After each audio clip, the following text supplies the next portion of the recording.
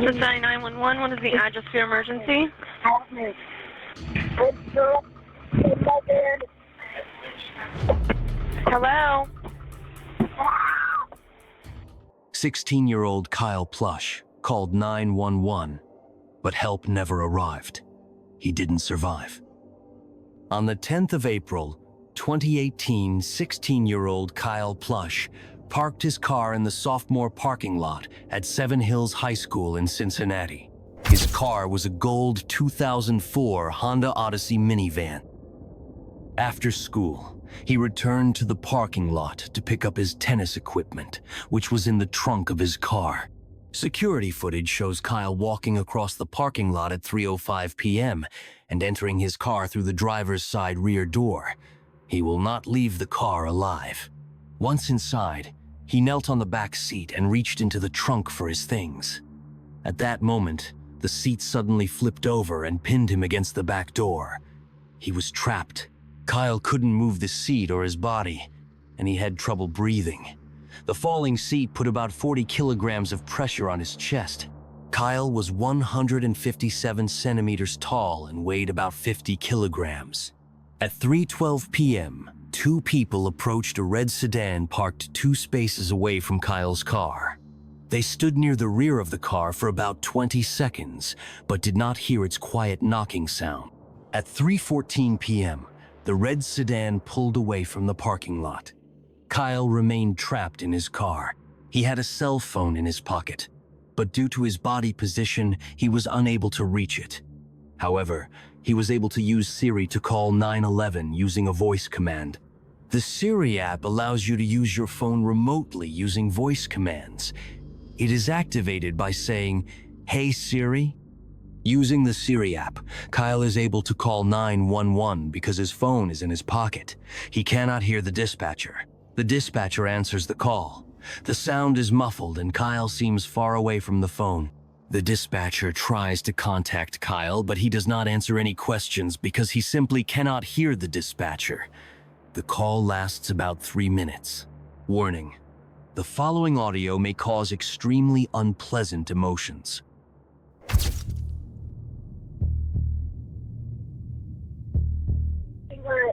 Help. Cincinnati 911, what is the address of your emergency?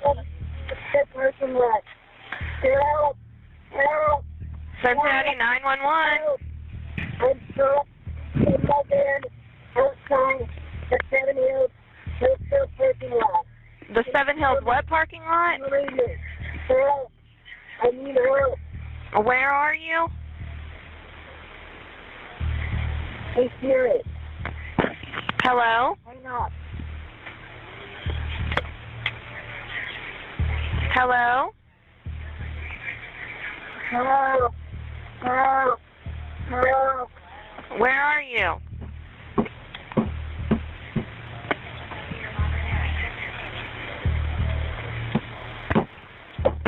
Hello?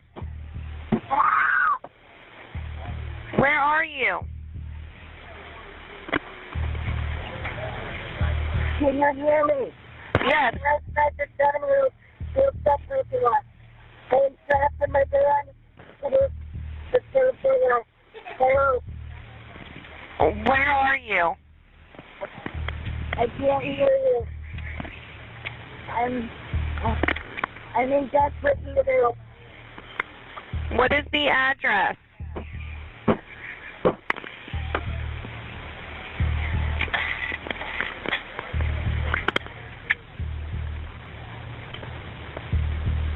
I'm in help.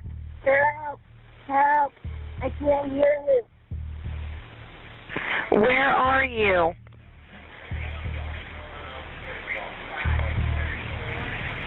Hello? I'm gonna die here. Where are you?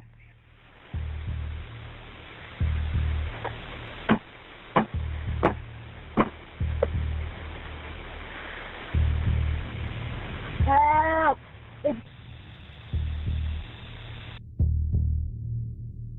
During the first 911 call at 3:16 p.m., a man is seen walking past Kyle's car. At 3:19 p.m., the driver of the gray SUV parked next to Kyle's car returns to his car and drives away. He too is unaware that anything is wrong. At 3:21 p.m., two people walk past Kyle's minivan, get into a dark sedan parked across the street, and then drive away 2 minutes later. Two police officers were dispatched to the scene. At 3:22 p.m., officers received the following information over the radio. Unknown problem, 5471 Red Bank Road. Caller is female. Dispatcher hears female screaming, "Help me! I'm stuck in my minivan! I'm in the parking lot at Seven Hills." Dispatcher repeatedly said he couldn't hear the caller, then the caller hung up. The reported address of 5471 Red Bank Road was close to where Kyle's minivan was and correctly identified its location. Kyle's vehicle was parked 12 spaces north of the reported address. The officers arrived at the scene at 3:26 p.m., activated their body cameras, and listened to music on the radio as they drove through school parking lots looking for Kyle's car. They then turned off the cameras as they continued their drive. Turning off the cameras before searching the scene violated city policy. Although they had not yet formally processed the scene, the officers turned off their body cameras and decided to stop searching for the minivan. They did not search the north lot near the thrift store where Kyle's car was located. At 3:34 p.m., Kyle used the Siri app on his phone again and successfully dialed 911 while officers were still on the scene. This time, a different dispatcher answered the call, Amber Smith.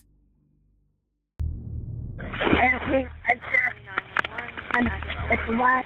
I'm trying to school. So 911, what is the address for your emergency? Help me.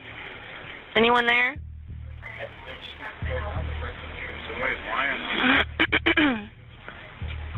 I can't hear what you're saying. Just send quickly. I'm stuck. I'm ready to go. I'm out of here.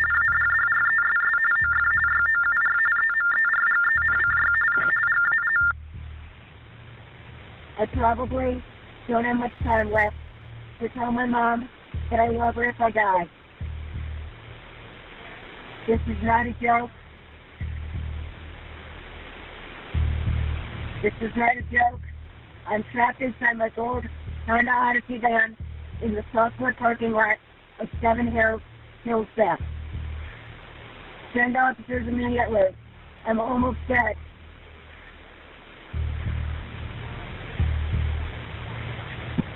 Seven Hills now. Seven Hills.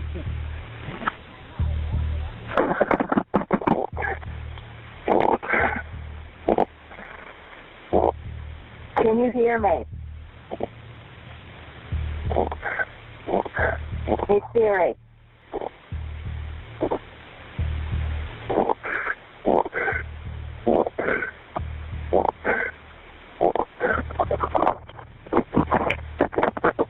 Hey Siri. I'm in a gold.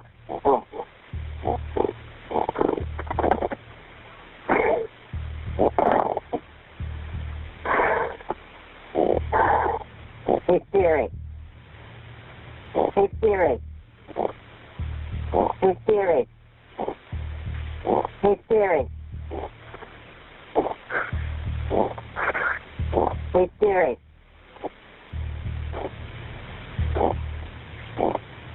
All the blood.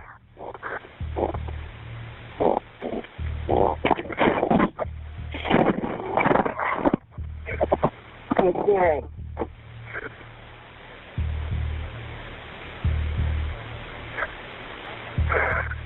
Hey Siri.